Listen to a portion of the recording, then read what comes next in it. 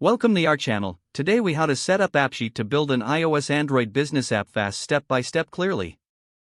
First, navigate to the AppSheet website and sign in using your Google or Microsoft account. Once logged in, click on the Start for Free button. Next, select New App from the dashboard.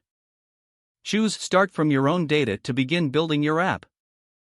Upload a spreadsheet from Google Sheets or Excel that contains your business data. Once you have uploaded your data, AppSheet will automatically generate a basic app layout. Take a moment to review the app preview on the right side of the screen. If everything looks good, click on Customize to adjust the design and functionality to match your needs. In the Data section, make sure each column in your spreadsheet is correctly categorized, like text. Next, move to the UX section to customize the user experience. Here, you can change the app's theme, icon, and layout. After adjusting the design, check the Behavior tab to create actions and workflows. You can set up notifications or automated tasks based on user input. Next, go to the Users section to manage who can access your app. You can add specific users or make the app available to your entire organization. Now, it's time to test your app. Use the preview option to see how it functions on different devices. After testing, go back to the Deploy section to prepare your app for launch. Check the settings to ensure everything is set correctly for deployment.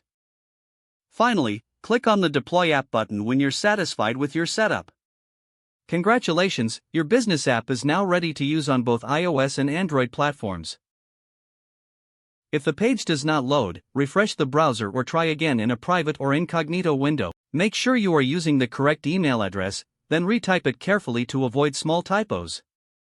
If your password is not accepted, use the Reset option and create a new strong password you can remember. Check your spam folder for verification or security emails, then complete any requested confirmation steps. Enable two-factor authentication if available to improve account security and reduce unauthorized access risk. After signing in, review your profile details so your contact information and settings are accurate and current. If you see an error message, note it down and try again after restarting your device and internet connection. Don't forget to like this video and subscribe to our channel for more step-by-step tech guides.